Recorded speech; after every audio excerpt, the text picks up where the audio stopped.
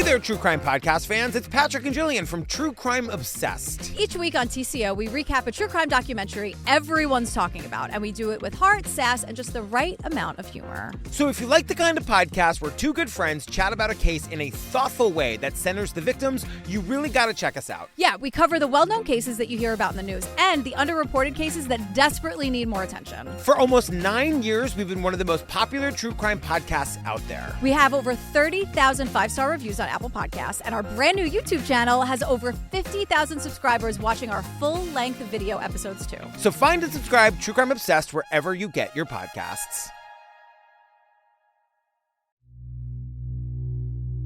Hi friends, it's Dr. Aiden Hirshfield, media psychologist and researcher from the Media Psyched podcast. I'm guest hosting this episode of Broken Cycle Media's new series of educational episodes called Data Points. These special episodes will include educational information, statistics, and support on different topics that are important to our community. Thank you so much for listening. Digital violence is an umbrella term to describe an array of harmful, digitally based behaviors that can lead to other forms of digital abuse or harassment. This includes, but is not limited to, the non-consensual distribution of intimate images, such as revenge porn, publishing of private information about someone online with malicious intent, also known as doxxing, cyberstalking or cyberbullying, impersonation such as deep fakes, and even extortion, commonly known as blackmail. Other forms of digital abuse include grooming, a term used broadly to describe the tactics abusers deploy through the internet to sexually exploit minors. As the nonprofit organization Thorn puts it, grooming can happen quickly or over time, but at its core, it's a process of exploiting trust to shift expectations of what safe behavior is and leveraging fear and shame to keep a child silent. It is difficult but important reality to face so that we can take steps to stop it. So although these forms of violence may differ in the ways they are inflicted, they often share common themes. Rates of cyber and digital abuse are substantial. Many of our listeners have likely been victims of digital violence in their lifetime or know someone currently affected by it. A study conducted by the Pew Research Center in 2021 found that 2/3 of adults under age 30 have been harassed online, with 18 to 29-year-olds experiencing the more severe forms of abuse. Pew Research has also found that nearly half of U.S. teens aged 13 to 17 report experiencing at least one of 6 cyberbullying behaviors, including offensive name-calling, spreading of false rumors about them, receiving explicit images they don't ask for, online stalking, physical threats of violence, and having explicit photos of them shared without their consent. Studies have established that digital abuse in a relationship rarely happens in isolation.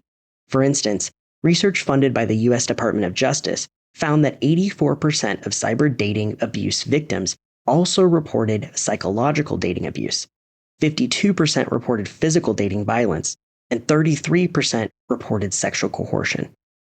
Digital violence has grown since the pandemic and now impacts most people who exist online. A 2021 research study conducted by Thorn found that nearly half of all kids online have been approached by someone who they thought was attempting to, quote, befriend and manipulate them.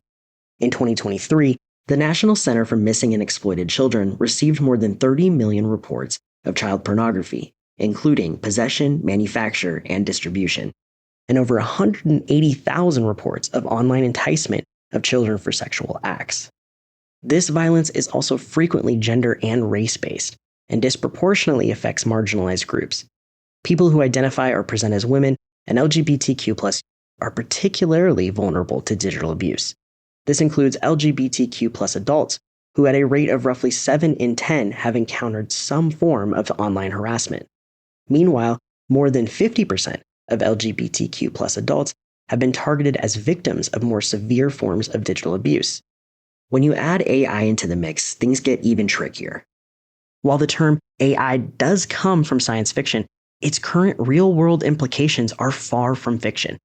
In the tech industry, AI is typically referred to as generative AI. Think of generative AI as a highly skilled parrot. It can mimic complex patterns, but does not truly understand the content it creates. Generative AI operates by digesting large datasets and predicting what comes next. It cannot grasp complex human experiences or perform tasks it hasn't been specifically programmed to handle. Generative AI is not independently intelligent and lacks both the ability to think critically as well as be creative. AI is now critically involved in how content spreads online and the information we use to make decisions. Think about social media algorithms or tools that create fake content or news and use automated online bots to spread disinformation and propaganda rampantly. The same technology can be misused to harass or intimidate people, possibly even perpetuate digital violence and abuse at scale. Deepfake technology has exploded in popularity. Deepfakes can be defined as synthetic media, typically videos or images in which a person's likeness is digitally altered or entirely generated using artificial intelligence techniques, making it appear as though they are doing or saying something they did not. This technology can convincingly mimic a person's facial expressions, voice, and movements, often leading to realistic but fabricated content. The most comprehensive study was conducted by a company called DeepTrace in 2019, which found that 96% of deepfakes were pornographic. They also found that there are dedicated deepfake pornography websites that garner hundreds of millions of views. Combine this data with that on the pervasiveness of child pornography, and you have a recipe for digital child abuse at a massive scale. Looking ahead, the implications of AI on digital violence are significant. As AI gets more advanced, people will likely continue to find new ways to misuse it. For example, generative AI could lead to even more convincing deepfakes, making it harder to tell what's real. It also becomes easier for cybercriminals and abusers to disguise themselves online and cover their tracks. This begs the question of how we enforce legislation at a micro and a macro level. Plus, with automated harassment becoming more common, like using online bots, this issue will only grow.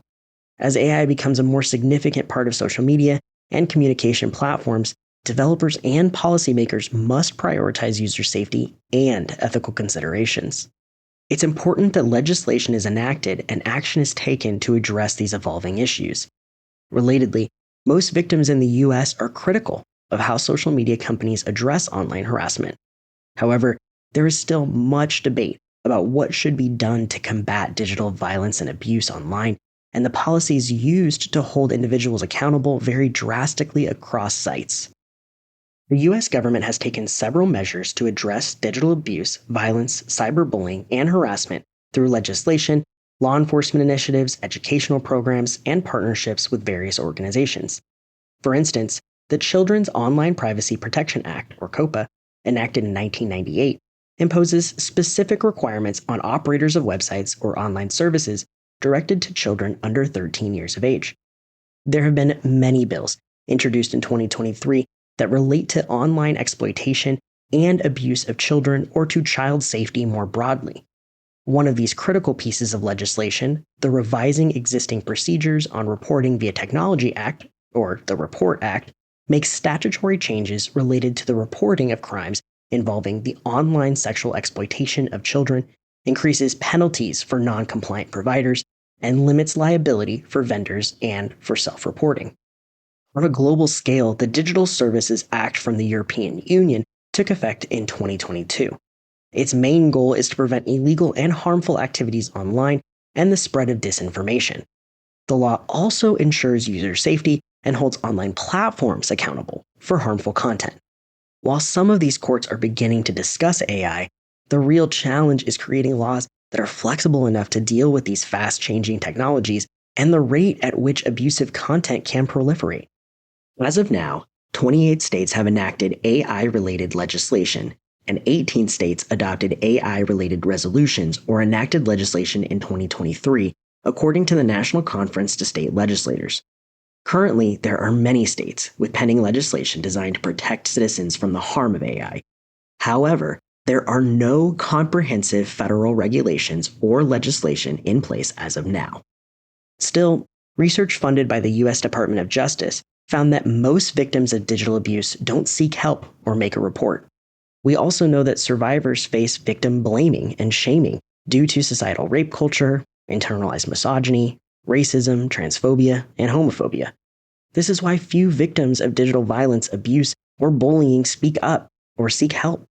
This ultimately means that social media and online platforms are hardly held accountable for allowing this abuse on their sites, and technically, many social media platforms are making a profit off of it happening. What else can we do to help victims of digital violence and abuse? Here are some strategies that could help. First, raising your and your family's education and awareness about digital abuse and the misuse of AI will empower you to recognize and address these issues. Consider some digital literacy programs that teach everyone, not just children, how to critically navigate digital technologies. Also consider petitioning tech companies to design safer platforms, such as better reporting systems, AI content moderation to catch abuse faster, and increased user-friendly privacy settings. Finally, consider reporting digital violence and abuse or cyberbullying on social media platforms or websites to the companies that own them, and to the National Center for Missing and Exploited Children, as well as reporting child sexual abuse material and other cybercrime directly to the FBI using the Internet Crime Complaint Center, or IC3 website. You can also get involved in legislation by contacting your legislator to ask what they are doing. You can also attend hearings and testify for bills or to local news outlets to cover the issue. I want to mention again that the internet, like AI, is a tool. It can be wielded as a weapon or an incredibly powerful ally in the war against digital abuse. When we use the internet to connect victims, share resources, and hold abusers accountable, we can combat digital violence at scale too. Just as advancements in deepfakes come out, so do new technologies aimed at identifying and counteracting them. Ultimately, the more we talk about digital violence and abuse, the less able it is to operate in a protected vacuum. If you believe you or a loved one has been a victim of digital violence, or if you're looking for more resources or support regarding digital abuse, you may find the following organizations helpful. The National Domestic Violence Hotline has resources for victims and their allies, including a free 24/7 hotline, live chat, and texting support. They also have informative research on digital abuse and harassment, as well as guides on internet safety. The nonprofit Right to Be has extensive resources on its website, including educational training and a self-care guide for those who experience online harassment. The nonprofit organization Thorn has resources for parents and a community for young individuals to find the resources necessary to navigate sexual exploration and risky encounters in the digital era.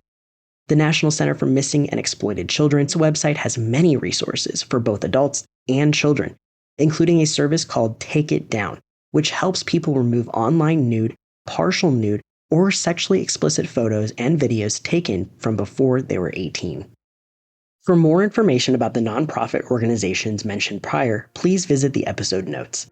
For a more comprehensive list of organizations that are working to help eradicate digital violence or abuse, please visit somethingwaswrong.com/resources. Many of the amazing groups listed on the website are only able to exist because of the community's help and support from people like you. If you would like to find out more information about volunteer opportunities, please feel free to visit the resources page as well and reach out directly to the organization of your choice. My name is Dr. Aiden Hirshfield. My pronouns are he, him, or they, them. And you can find me on Instagram at dr.aidenhirshfield and my podcast Media Psyched on Spotify or Apple. You can also follow or connect with me on LinkedIn. Thank you so much for listening and learning with us.